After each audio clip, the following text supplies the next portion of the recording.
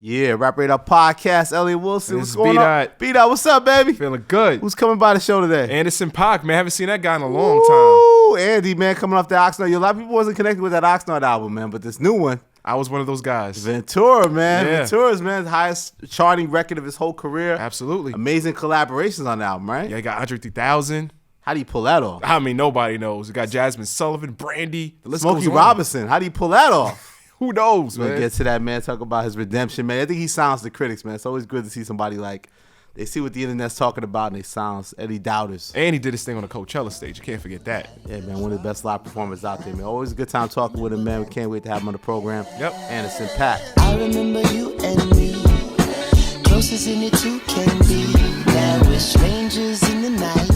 Yeah, Rap Radar Podcast, Elliott Wilson. My name is B.dot. B.dot, what's up, baby? California life, baby. Back at it again, man. With an old friend, man. You ain't Yes, seen this guy in a minute, right? Only time I see him is on festival stages. That's right.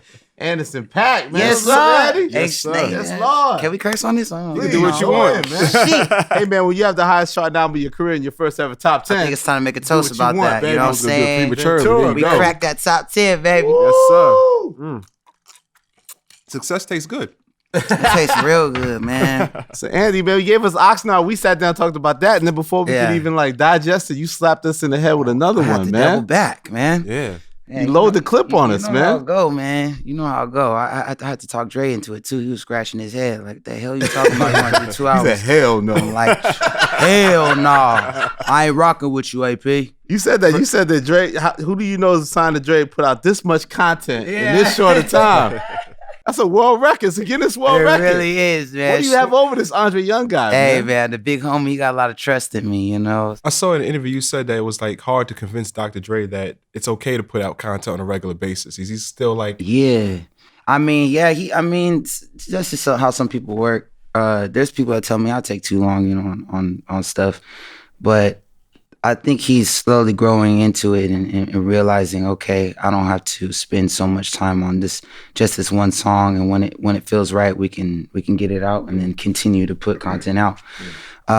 You know, it's just different time. When he was doing the music, he told me, he's like, I can't even imagine how it is for artists now, because so much is not about the music anymore. You know, there's so much that goes into you know, the aesthetic and everything else besides the music. And not to say that wasn't a big part of what they were doing back then, but he puts everything into, you know, these songs and the music and the verses and making sure it's all perfect.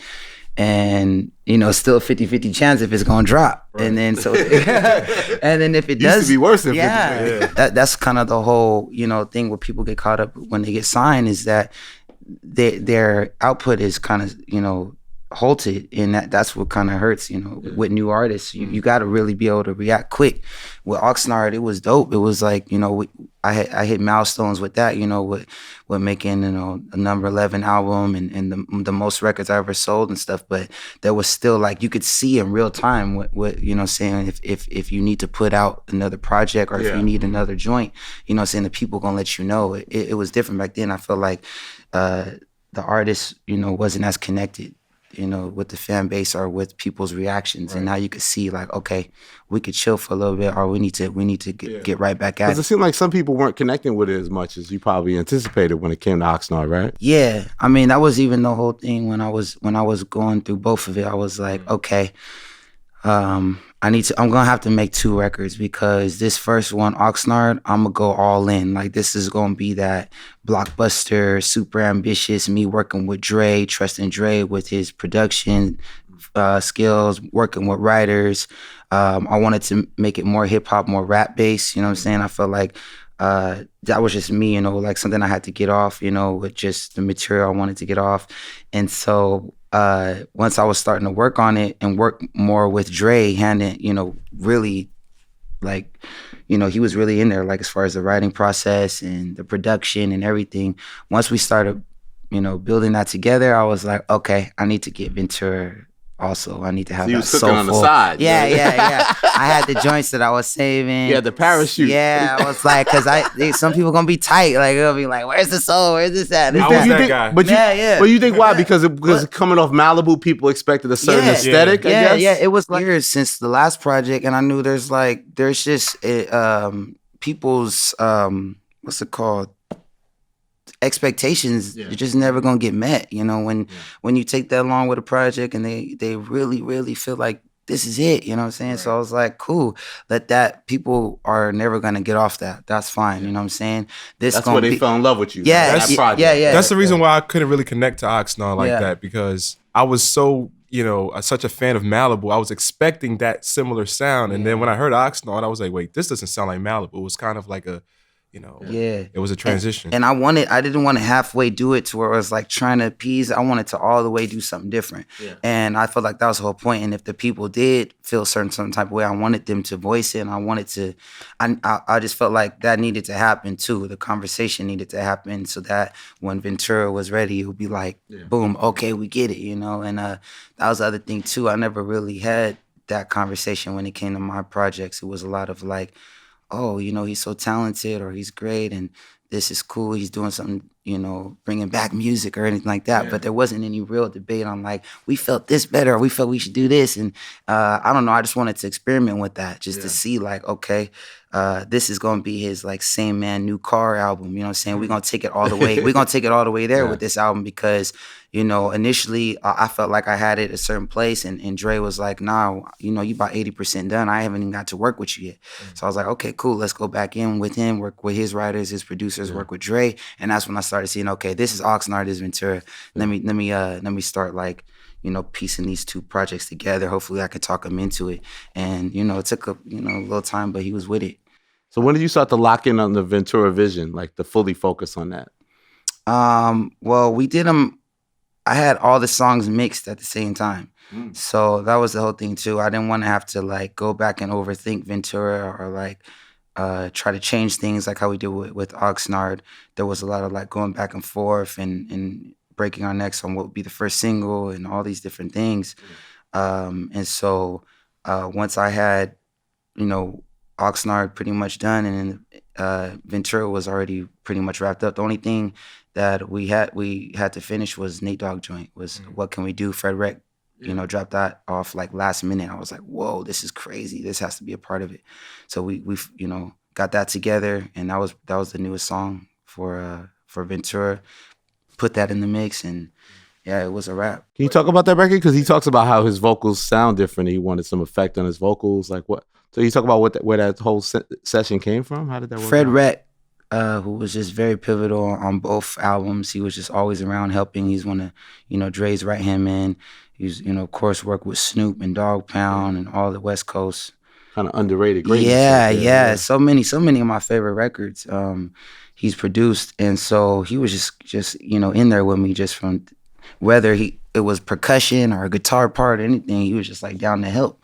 And he was bringing records in, and this was one of them that he was like, yo, I got this record with Nate. It's one of the last joints I did. It's the last joint I did with him before he had a stroke. And I want you to get on it. I want you to use it for your project. I was like, damn, are you sure? Like, let me hear this. I loved it right off the top. And, the song was pretty much, done. And I didn't want to do something where I just like make space and like put like 32 bar thing of me and then that's it. I wanted to do something where it felt like a real collab, So we got in there and we did something cool where we took, Nate's verse and kind of had me go back and forth with him. So we muted some parts and I would come in, he says, it's the rap singer, the hook master. Yeah, real life convict. Son of a pastor was originally, and I'm like, okay, let me switch it up and put son of a gambler because that's where my mom was, So we just went from there, and so it was like a back and forth thing, and I wanted it to sound like something we could have did in real time. So that was the whole point of that, and like, yeah, it just came off so smooth, man. Right. Yeah. I want to double back a little bit. We talk about Oxnard. You can't forget about this Grammy win that you received earlier this year. Were you surprised that you shared it with J-Rock for best rap performance? Yeah, man. I was just like pissed that it was a tie at first. Like, who the fuck we tied with? Like, why can't I just get the Grammy by myself, bro? It's always gotta be something. But then I was like, oh, J-Rock, that's what's up. That's the homie, man. Like, I was like, this is cool, man, because he been putting in for years too, and I felt like we got similar stories, just like dudes from the West that like really been grinding, and I just felt like it was dope that he got recognized too from the Academy, and I love that record. Yeah. I love Win. I love this whole record, and I just love this whole story about, you know, coming back from his accident and everything and making it happen. I know how hard he works, so I was really, really happy to be able to share that with him. What about it being best rap performance? Because like, you're not the traditional MC. Happy. I was super happy with that too, because niggas was like, he can't rap, he sucks, he's trash.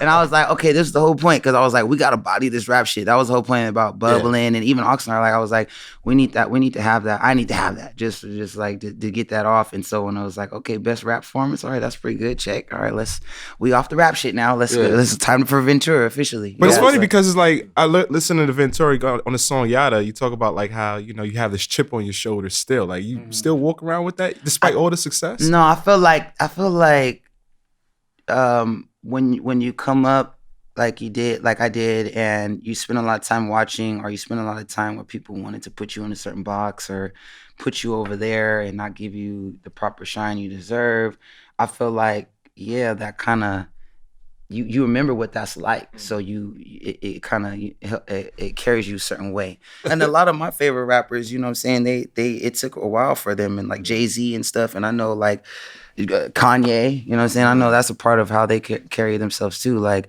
it's a chip, but I feel like it's more so like you never forget that. Right. Why is that important? Like we see you get on there with like Flex or other outlets and freestyle, like even showing that you got, you know, more traditional bars. Like, why is that so important in your artistry? Yeah, for me, it was a part of the whole promo campaign for the Oxnard. Like, that was my whole thing, you know what I'm saying? Like, getting out there and putting out some good material, rap material, and getting some good freestyles out there, and just, you know, having that out there in the world, you know what I'm saying? That was just, for me, that was the whole promo for Oxnard. I wanted that to be a big part of it.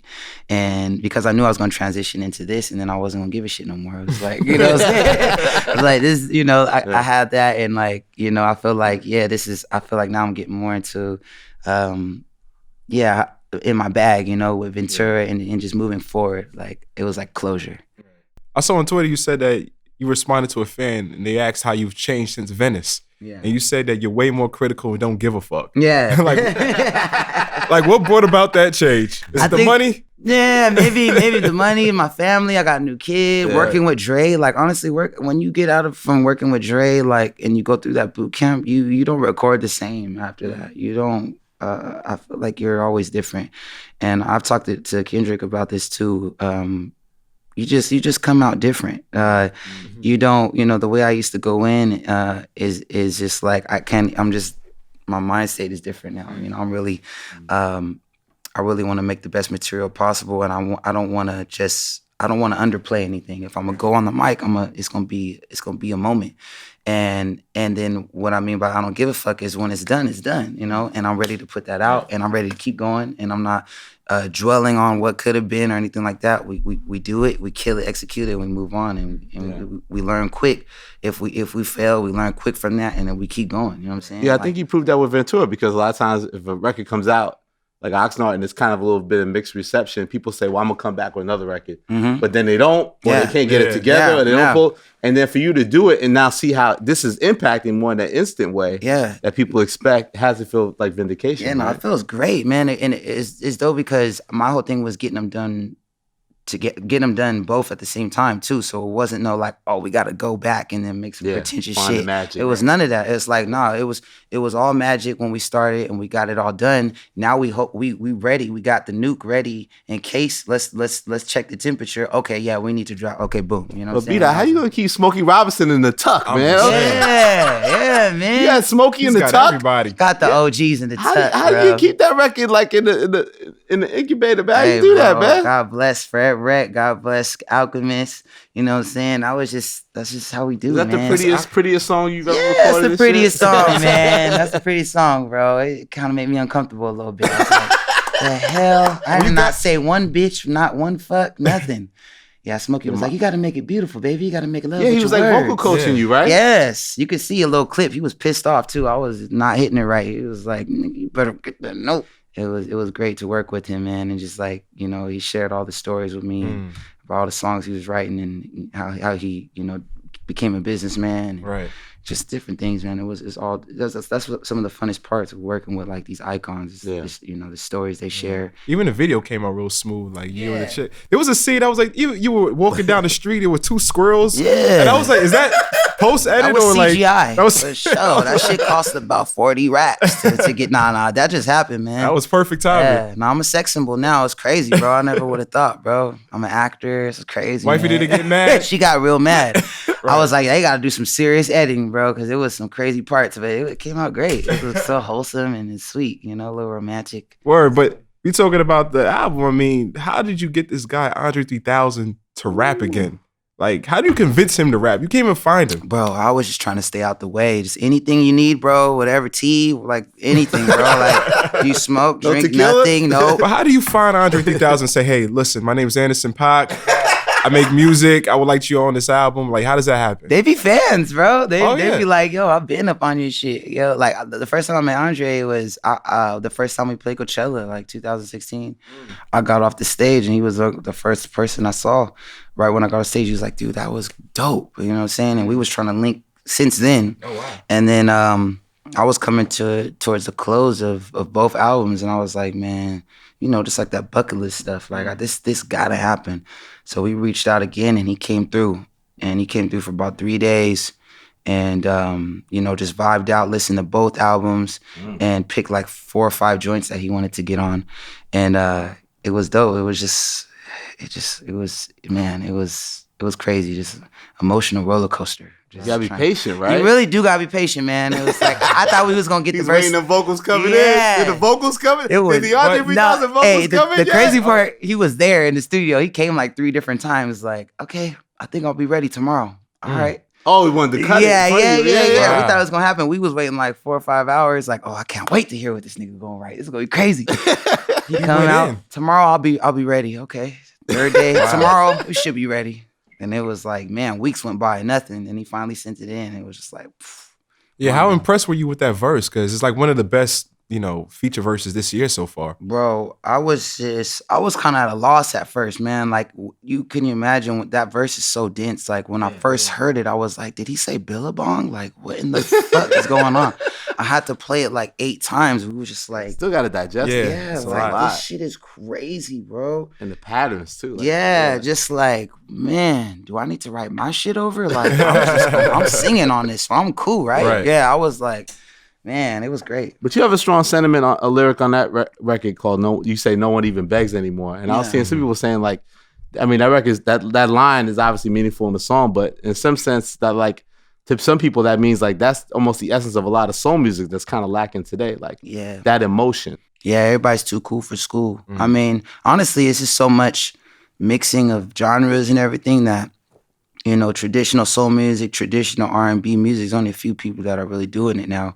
And even myself, you know, I try to stray away from making it retro or doing things that have been done. You know, it's just not fun for me. And we trying to, you know, even with Smokey, it's like, okay, what hasn't been done? Okay, you got 2 of these hip hop producers that are like the elite that make some of the most grimiest, you know what I'm saying, hip hop bangers.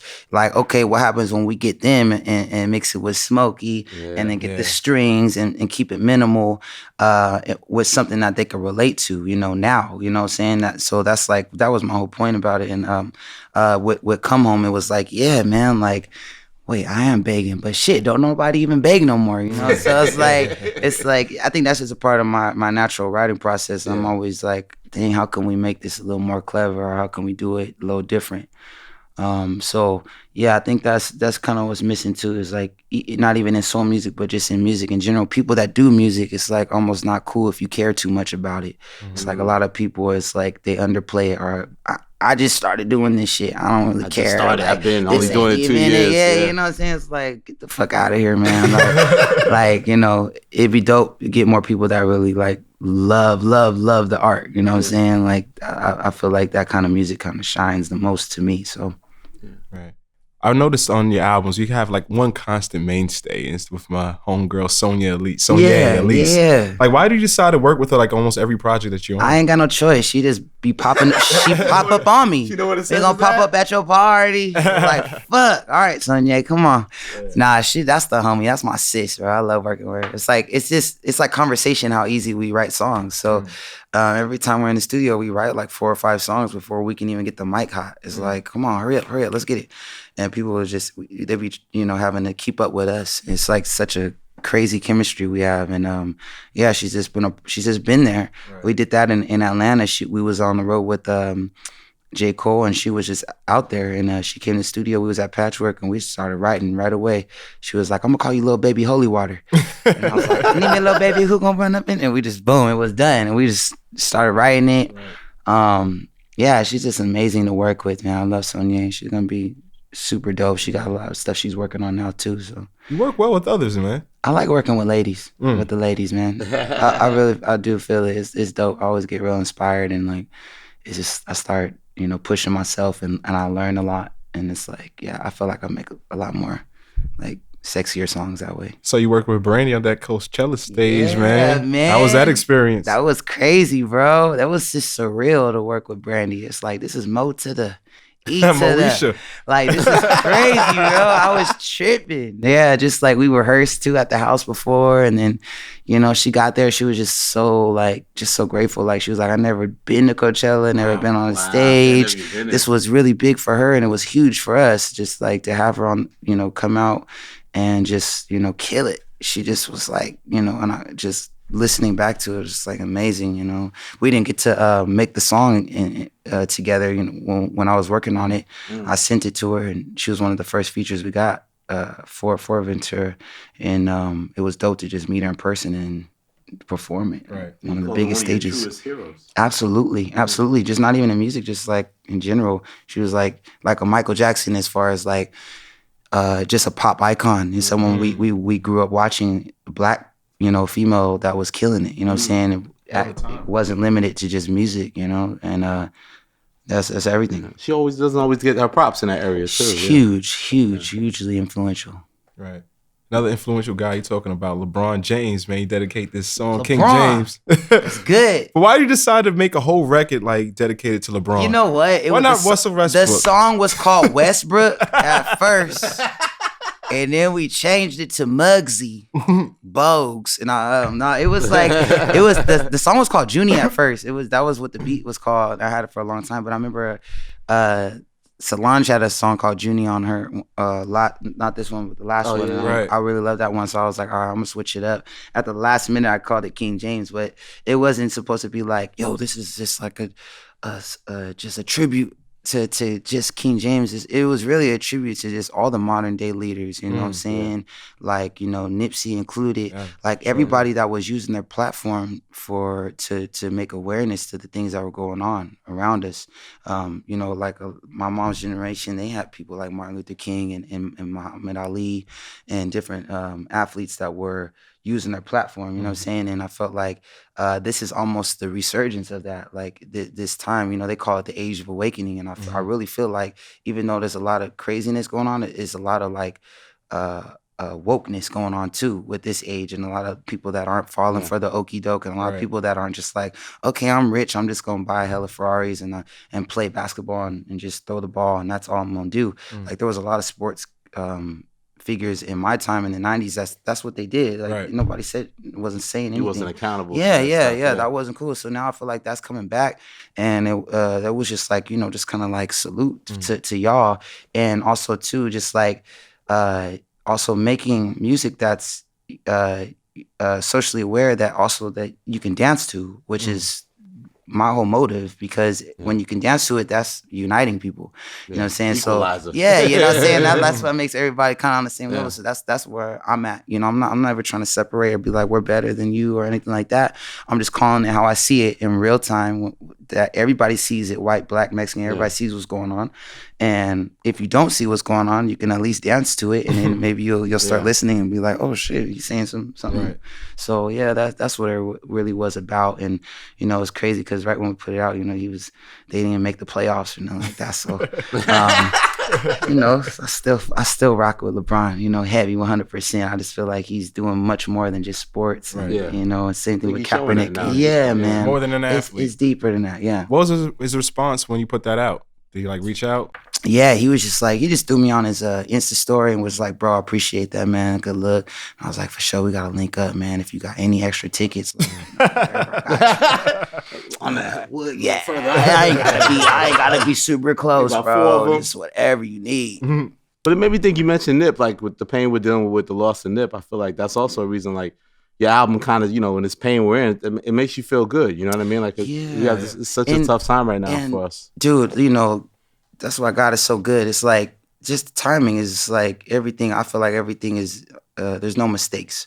And I didn't time it like this, you know. I was just like, okay, let's space it out. And we lost, you know, a great hero. I feel like he still lives on. I feel like his message is being amplified even more now. And I thank God that he was just so consistent in his message. Like all the footage you see, everything you see about him is just like, whoa, dude, it was just on another level of consciousness. So that part is just amazing. And then, you know, to be able to drop the album right now where I feel like the timing is where people kind of needed it and the material was right. You know what I'm saying? I just feel like, wow, that was interesting timing and it just worked out. Right. And I mean, obviously we all still reeling in the loss of Mac, you know, and listening to like the song Cheers. I remember you had dedicated like a lyric to him. You talk about how you wish he was still here with you. Like how did you persevere through that tragedy?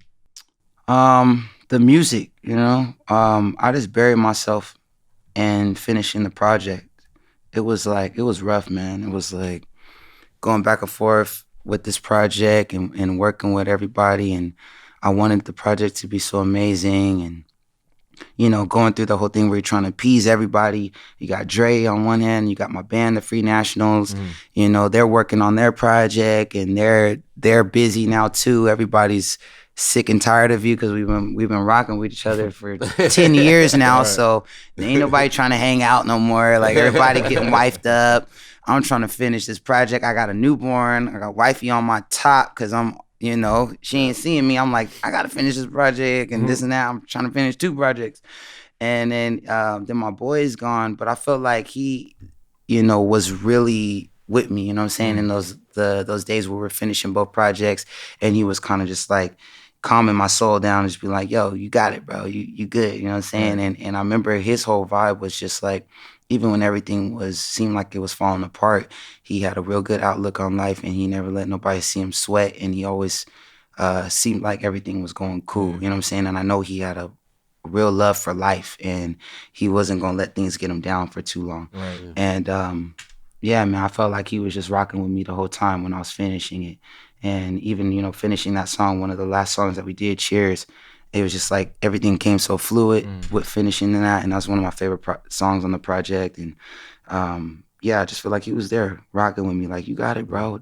You know, they gonna be hating on you in the first one, but you got this next one, and you're gonna be straight, bro. Because the Divine Feminine, that album was amazing, and Dang is definitely one of my favorite songs on that project, like standout. Like, do you remember that session? Like, how did that song even come about? Yeah, absolutely. Yeah, me and Pomo, the producer, we did that song. We started that song in a little, I don't even know, it was a little studio office space at one of the labels, I forget, but just, you know, the studio, it wasn't even a studio, it was just like a little office space, but we set up the rig in there, and he just made the beat from scratch, and David Bowie had just passed away, so I was like, damn, we losing all the homies, like all the icons and shit, like over complications, like fuck it, this is what we on right now, I'm gonna just, you know, that was what I was feeling, and I just laid that hook. I didn't even know if you could call that a hook, but I was like, that's all we had for it. And then a couple days later, Mac reached out. He said he was working on the album and he wanted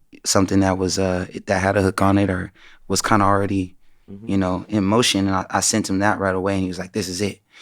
And you know, it was supposed to be for homie Pomo's album, but I was like, I hit Pomo back. I was like, yo, I sent that to Mac. Like, I don't know. I know you working on your album, but maybe it might be better look if he got get on it. Right. Maybe he'll still let you use it for your album. You know, yeah, I ain't know. Let they back go. But you know, we all Mac was like, nah, this is mine. This is mine. That's a great record. When I hear that record, it sounds like brunch. Yes. You know what I mean? With a two-step. It's so feel good, man. And the chord, everything is just like, so yeah, it does feel like mimosas. Yeah, endless mimosas. Yep. And we were just so proud of that record, man. Everybody was just like, man. And I remember when me and Mac linked up in South America for Lollapalooza, we was like, nigga, how is this shit not platinum? Like, this shit goes. Like, I know this shit gotta be at least gold, like, soon. We was both like, yo, this shit, how niggas going gold in a week? Like, we was both tight about that. And literally the next day he hit me, he's like, yo, my manager just hit me, that shit is gold. Wow. And we were just hyped, man. And it was like, yeah, he couldn't tell us nothing. And we got the plaques. We were just like, see, man, people still do love real music, man. That was a real moment for us, for sure. That's awesome. Yeah. On the toughest way. Yeah. You still do that live too sometimes. Absolutely. Right? Yeah. Gotta do it. Yeah. That's one of my favorite tunes too. So yeah, we still do that live. We still rock that. I know you have a connection to the underground though too, because even on Chosen, when you shout out MF Doom, yeah. I was like, where the hell did that come from? You an MF Doom fan? Heard your fans want to keep you in the underground. Cool. So when I go triple platinum, I did it for MF Doom. You know what I'm saying? Like, it was just no cap. No cap, bro. You know what I'm saying? Yeah, no, definitely, man. The underground is what made me. That's what gave me my foundation. I remember the homie, the OG, was like, you could do all this stuff, you know, all these different music and stuff, but if you ain't got no foundation, bro, you just gonna wither away. There's no way you can say you do R&B music, soul music, but you don't know Prince, you don't know, you don't know James Brown, you don't know D'Angelo, or there's no way you say you're a rapper or you want to do hip hop and, you know what I'm saying, you don't know Rakim, you don't know Jay-Z, you know what I'm saying, you don't know Snoop, you have to go back to look forward, you have to have a foundation. And when I was coming up, I thought it was just, you know, all about Jay-Z, Puffy, Ludacris, Nelly. Like that's what I listened to in high school. And my homie Jason was like, yo, you gotta listen to Living Legends and you gotta listen to Jay Dilla and Common. It's not like, who? This shit sound dusty. What is this shit? It isn't got what is it? And I was like, I didn't understand it until later when I got older. I was like, this is the guts. Like, this is it. And then it was like, I couldn't listen to nothing else. And then when I got hit to like, you know, Madlib and MF Doom and Mad Villain, it was like, oh man, I became that dude that only listened to, you know, underground or older stuff. And that was just a big part of my, you know, my foundation. Even when I finally came out to LA and was like, okay, I'm gonna do this, the first people to gravitate towards me and say I was dope was people from like Leimert Park, you know what I'm saying? And people like Scarab and people like, you know, they were doing like the open mics like Bananas over there and Project Blow, Dumbfounded. All these people over there were like, yo, you're dope. You know what I'm saying? I was playing drums and singing all the same shit we do now, but everybody was like, you know, we try to go to Hollywood and do a club or do something. It was just like, nah, you dusty, bro. We don't fuck with that. But you mentioned on Yachty, so you came a long way from them open mics and Liam. Yeah. That was it. That was the only place where, you know, people were like, you're dope, man, keep it up. Sarah, like, you know, like those are the people that were like, we fuck with you, bro. Come over here. You know what I'm saying? So that's always a part of it. And then when I talk to them now, you know what I'm saying, they'd be like, bro, we feel crazy because like you're like the dude that made it out. You know, I still feel like we got a ton of more work to do, but it's like, it's crazy to hear that from them. And you know, I just, even when we couldn't buy a deal, bro, like when we was coming up, bro, like, I mean, when we had Venice out, we had Suede or whatever, the records, you know, that were coming out. We was trying to get a deal. Ruling the underground. Yeah, nobody was fucking with it. I mean, they were talking like, they was kind of like, yeah, you do a lot of things. Okay, you're talented. You got big teeth. Okay. But no, nobody was trying to sign. We was trying to get a deal. Like, what the fuck? What's good? Nothing. Nigga, Stone's Throw was like, we'll sign you. Right. You know what I'm saying? Like, okay, yeah. Nigga, we signed. I was like, my manager was like, no, don't do it. No. It's like super underground. Yeah, super. I'm like, well, they put out Dilla, they play everything. Like, we doing this shit, nigga. I don't give a fuck. Stone's Throw. Yeah, we signed for $5,000, man. Wow. Nigga, me and Knowledge. I was like, we gonna start a group. Fuck it. Okay, boom. We did it. Split that shit. We don't even understand that language. Couldn't tell me I wasn't yes, bro. Hey, bro. It was so dope because regardless, you know, people feel their way about Stones, whatever.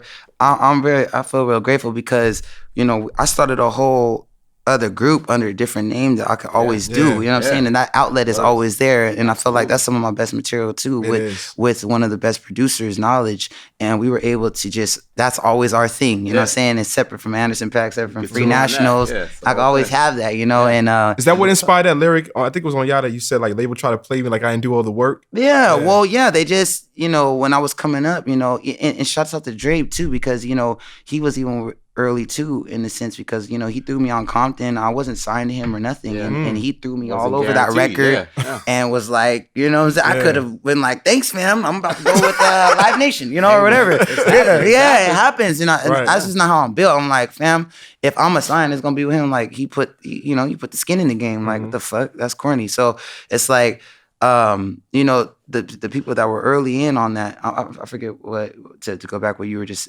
asked me. I said the label try to play you like you a lot of the other labels they act like, okay, once you get to the label, it's like, okay, you've made so much noise, so now the labels are knocking at your door, so they're like, okay, like how can we be in business with you?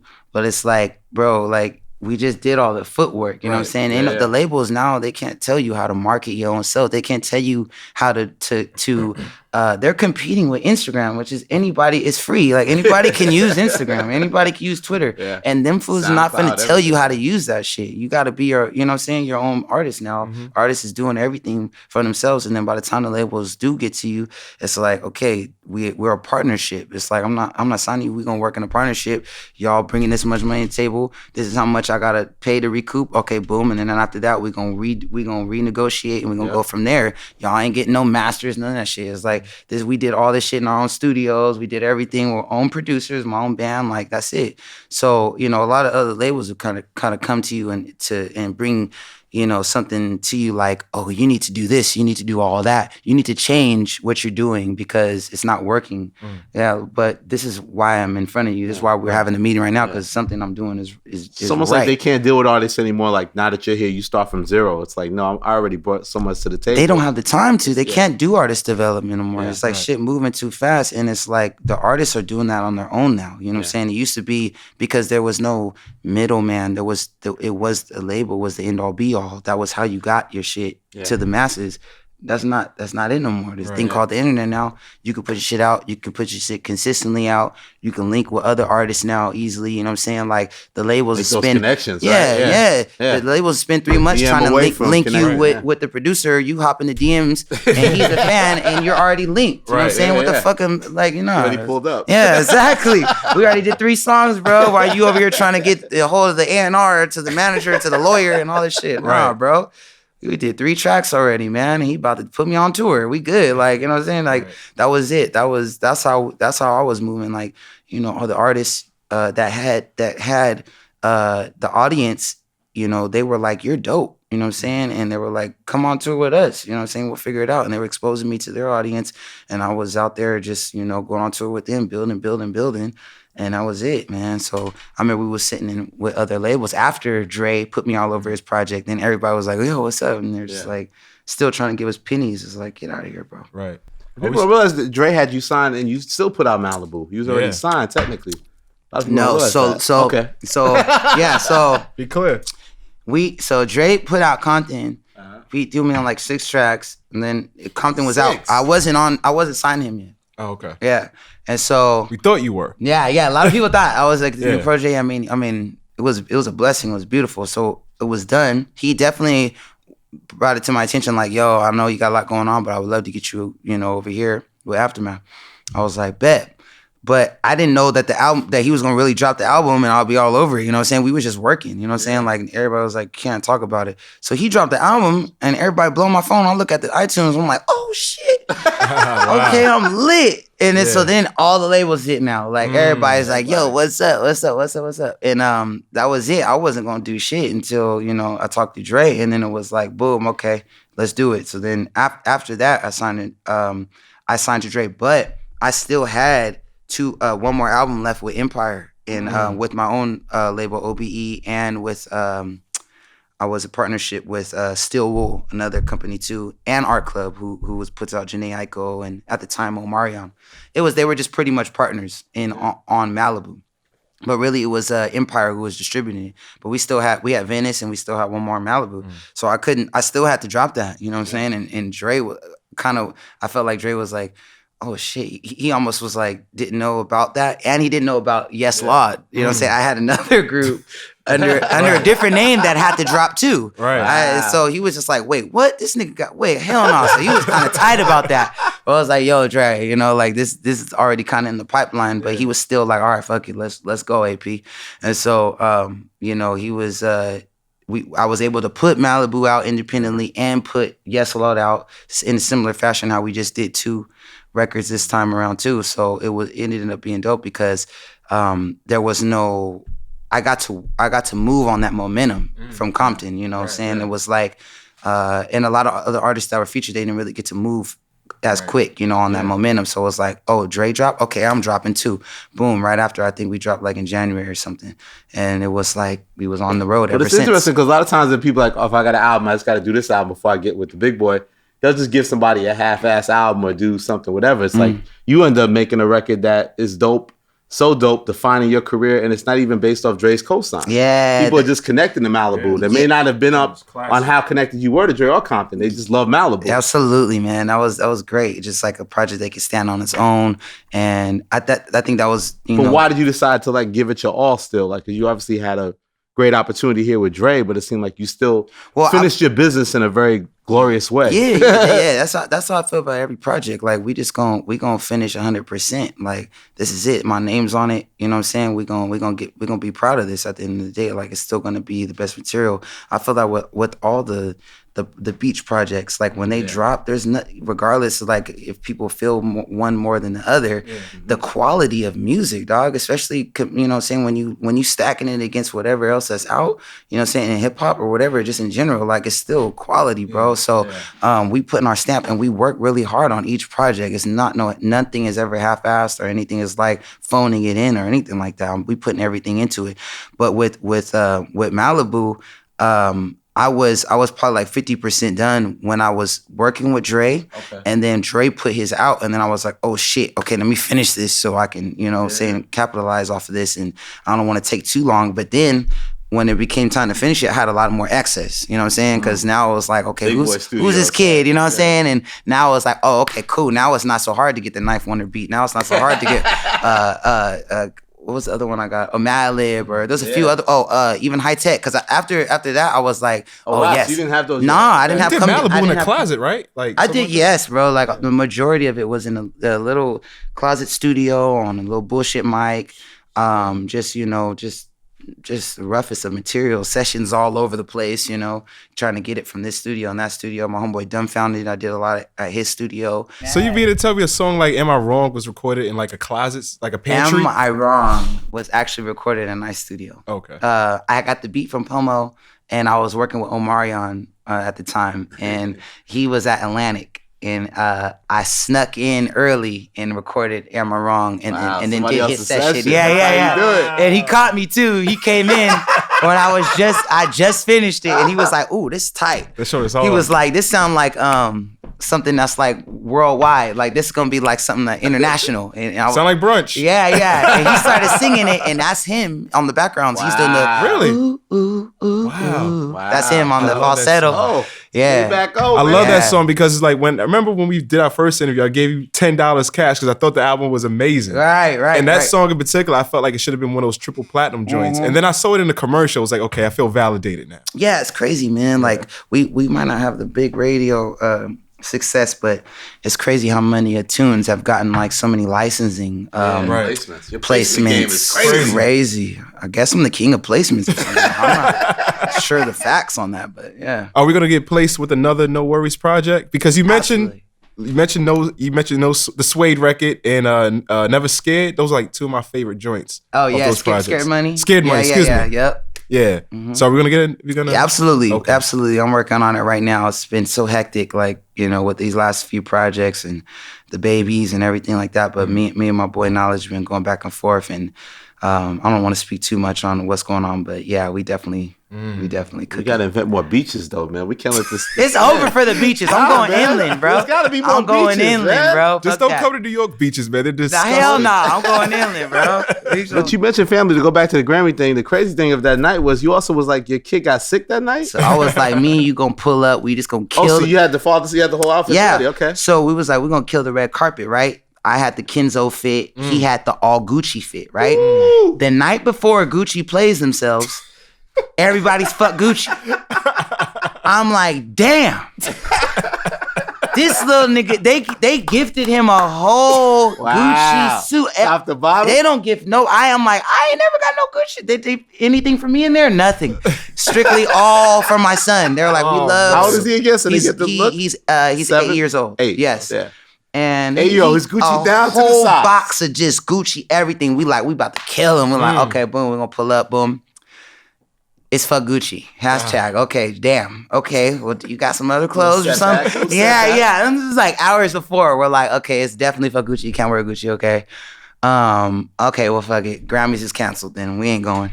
So, cause it was like we was trying to find something last minute. It wasn't working out. I was stressed out because I was stressed out many things because I was like, I just knew I wasn't gonna win. And then secondly, they were like, if you gonna pull up, you got to pull up like at noon or some shit because your shit ain't gonna be taped. So they was telling me I got to pull up like super early. I'm like, nigga, ain't no way I'm showing up at 9 a.m. to lose. In the parking lot, you got Grammy for me? Yeah, chill till 4 to the red carpet. Like, y'all got me twisted. I ain't showing up. Oh, man. And then like, I was just fed up, bro. I tried to go to the little, the little Grammy parties and shit. My Uber dropped me off at the wrong location. I'm sitting there. I was like, Grammys ain't for me. It ain't my year. Like, I was fed up. So I was like, I ain't going. We cool. We're gonna cruise. I just got the 6'3", the Chevy. I was like, we just gonna cruise out, son. We gonna go to Nobu and just, that's it, you know? And he woke up and he was having trouble breathing. It was like, he had the flu and stuff, so he was having trouble breathing. So we rushed him to the hospital. And but by the time we, even get to the doctor, like he's already fine. He's good. Yeah. So but you're a cautionary parent. Yeah, absolutely. That's my boy. So I was like, we're gonna figure it out. So he's in there. Doctor's like, mask on and yeah. He's good. But while I'm in there, there's no reception in the hospital. But I'm getting like, texts like, you won. I'm like, what the fuck you mean I won? Yeah, right. I hop on Twitter right away. Boom. They tie. Who I tie with? Boom. J-Rock. I'm like, oh shit, it's crazy. I'm like, we won. And so I'm like, what you want to do? You still want to pull up to the red carpet? He's like, hell yeah. All right, cool. We're gonna figure it out. So we go back to the house. He already knows what he wants to wear. I got him a little cross color fit from the vintage on me back in the day. And it was so too big on him. He didn't fit it. So now he fits it. Yeah. So he went, grabbed that. I grabbed the Kenzo joint. We go. The Grammys is still going on, but we sneak into the red carpet thing. We take pics and then dip out. Yeah, did that pose. Yeah, we did the iconic pose. Yeah, and that was it, man. So you wanted to go once you knew you won. Absolutely. Yeah, I'm like, oh, we going. I was a little confused because I was like, I see on IG he's got the mask on, but then I was there. Man, we was hyped, bro. I was talking all that shit. You know what I'm saying? And where do you keep the Grammy at? You got it? I ain't got it yet. They're supposed to get any day now. I saw her got hers, so I know it should be coming pretty soon. I heard April's when you get it. So do you feel like validated? You have a successful career already, but is it like trophies and things like that make you feel like, okay, I've arrived? Bro, it just feels good to get recognized from, the Academy. And the Academy is the people that vote are my peers, are the people, that are paying the dues, and other artists, producers. Some of them are just icons in themselves, people that are on the board. You're talking about like people like Omar Keefe or Jimmy Jam and all these people, different artists, musicians, you know what I'm saying? So when you get recognized by your peers, it just feels good, I don't know if I feel like, oh, now I'm validated, now I'm worth something, but nah, it just feels good to get that trophy, as much shit as people talk. When you get that shit, you gonna feel hella good, bro. I don't give a fuck what you're talking about. Like when you have that shit in your studio or you have multiple Grammys, that shit is great, you know what I'm saying? When you go to a doctor and he got certificates, okay, like you're about something, you know what I'm saying? saying? Like, I'm pretty sure you could, do open heart surgery just off the strength, but I feel better that you have a certificate. Like, where does Dr. Dre keep his? You seen him? I don't see nothing, no plaques, no nothing. Actually, I went to his house, and he does have them in a room, but he was like, he's the most, like, I don't give a fuck about that shit. Like, you know what I'm saying? But I think, wifey you gonna put these up, bro. Like, right, So he's super on the humble tip, man. He doesn't like to like show off any of that shit, but I fuck with it. I love my little plaques, you know what I'm saying? Trophies. Your humility, shows no bound because, like mentioned the connection to the underground, Westside Gunn. Mm-hmm. We had him on the show before, and he talked about how you guys have a like really strong connection. Can you talk about your relationship and how's that blossomed? Angie and Griselda. Yeah. Bro, my boy Knowledge, he be putting me up on all the like super grimy East Coast shit. And one day, him and Alchemist were playing. I'm like, who the fuck is this? I loved it, dude. What song it was? It was a freestyle. I don't know if it's freestyle, but it was a live performance thing they did in like, it looked like a little closet or like a booth. And it was like, you could see them, they were rapping. I never seen nothing like it. I was just like, God damn, this nigga Conway got shot in the face. This nigga crazy. It's like, one got the high voice, one got the low, and they spitting, you know what I'm saying? Hey, yo, you know what I'm saying? Over real New York shit. It was so refreshing, because, when I was coming up in hip hop, when it, depending on the region, it had a sound, New York had the sound, the South had the sound, West Coast. Now I feel like things are just blending, it's like everything kind of sounds like similar. So when I heard that, it just brought me right away like to like Ghostface and Raekwon, or like, people rapping over loops and just spitting crazy bars. And I loved it. And I think I posted one of their songs or something like that. And then they reached out, and then I saw how ill their merch was too. And I was like, oh man. And then I just, once I got the hoodie, the Fly Guy shit, I mean, I was already listening to that religiously, but that became one of my favorite hoodies, so I was just always rocking it. Yeah, he mentioned that. Yeah. And I just, nobody was telling me to do it. Nobody's just like, once you find that hoodie or them pair of jeans or something, you just like, I'm rocking this. Yeah, that's my favorite shit. And so that's how it became. And then they came into town, and we just started making music. And them dudes is just like, super down to earth, super cool, man. They all came through 40 deep to the studio. That sounds about right. Shooters were in one room. Exactly. Yeah. And they came in, bro, and it was just dope. I think it was really cool because it was like, I feel like maybe they weren't used. I feel like this with a lot of rappers, but I feel like a lot of rappers like nowadays, especially depending on where they come from, if they come from like the drug deal background or the gangster background, a lot of them feel like they can't really be themselves, you know what I'm saying? Because there's a lot that they have to deal with as far as like image, or just even like they can't get caught slipping, they come from a different background and environment. And I feel like when they see me and when they see how I interact with my band and how loose we are and how free we are, I feel like they see that and they're like, damn, you know what I'm saying? Like, they feel like, okay, it's cool. I can be myself here. You know what I'm saying? On this, he's not on some weird shit, or they can open up. And so it's awesome to see that with someone like Westside and Conway, who obviously come up way different than I come up, but we can meet in a common ground, and they see that, they can relate to a lot of things. We can relate to each other in a lot of ways, and we link up every time, man. It's always so good, man. And even when we was doing Chosen One, he was there at that set. Really? Westside came with his wifey and came through. It was beautiful. Yeah. So we ended up seeing each other all the time, man. Whenever I'm in town, we link up, and we got music too. Yeah. What's your go-to record from those guys? I like Mr. T. Mr. T, that's Mr. T. I told you, that's the shit. That was my like mantra when I woke up. Just like, yo, say the I said. I'm ready. I feel like I'm ready to get 100 bricks off. You know what I'm saying? Over D squares. Roddy 5 got these size 9 in every pair. Yeah, bro. Yeah, I'm like, yo, I feel like I'm about to go and ship something overseas, bro. I need to holla at Poppy. Word. Yeah, bro. It's crazy, man. Yeah, that's real shit, bro. Yeah. Word. Overseas, you talking about touring, man. Yeah. Best teeth in the game. How you come up with that? Big long meeting, right? The streets came up with it, man. The Streets came up with What's that. it called? What's the tour called? Best Teeth in the Game tour. That's the name of the tour. The Best Teeth in the Game tour. On my ticket. That's right. You You're already the best know. laugh in the game, Elliott. Exactly. I need a tour. Exactly, bro. That's Teeth in the No, Game. man. The Streets one And is TEEF. That's right. Teeth, bro. These is teeth. You know what I'm saying? Ain't like, no teeth. Yeah, No these TH is big here. ass teeth, bro. A lot of y'all got them little spider teeth and shit. You still trying to get your grown. Yeah, a lot of weird ass veneers out there. Oh my yeah. God, it's crazy. Yeah, 21 it's Savage crazy. snapped on that, right? I love that verse. That shit. Yeah, right? Goofy ass, big ass veneers. You need a new dentist. Yeah, I was like, that's so true, man. Because I'm like, what is going on? But the Just tour. brush your teeth. Just brush your teeth, bro. Go back to the tour. Ain't no We're going shortcut. overseas. yeah, we're going over tour. We're going overseas, bro. We bringing the favorite Earl homies sweatshirt? again. We bring the homies Thundercat, Earl sweatshirt. Why are we talking about Earl? You know I'm not an Earl sweatshirt fan. Favorite, You're man. not? Hell no. Oh, what? You crazy? He's not. One day. You He's not my brand of vodka. crazy. Is that okay? You Tequila. crazy? Get it how we live it, bro. I love Earl. Yeah. Earl, No Name, Thundercat. No Name Thundercat. We even got Mac DeMarco coming on some. We got Jesse Reyes hopping on a few. Oh, she's dope. Yeah, No It's a Name nonstop Thundercat show. and Earl. Yeah, it's a beautiful thing, man. All the homies. I know if we was gonna be able to pull it off, you know.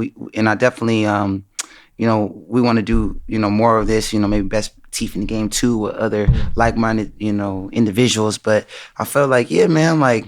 When I was coming up, you know, Jay-Z and them did the Rock the Mic, and they did the backstage where they, you know, all the homies got together. Yeah. And I was like, And groups and acts that really mess with each other. exactly. Yeah, You know what I'm it's a saying? real We vibe. all got songs together, everything. We should be rocking together so we can do arenas, we can do bigger spots, we can, you know, have more fans out there, and we can maybe make some money. Here's you know your what I'm saying? dilemma, though. These 2 new albums, you got so much goddamn new music. Yeah. How does that crack the set list? What's going Right. on? Sheesh, I'm the king at that, bro. Yeah, I love putting together set lists, bro. Yeah, you just gotta give a little bit of.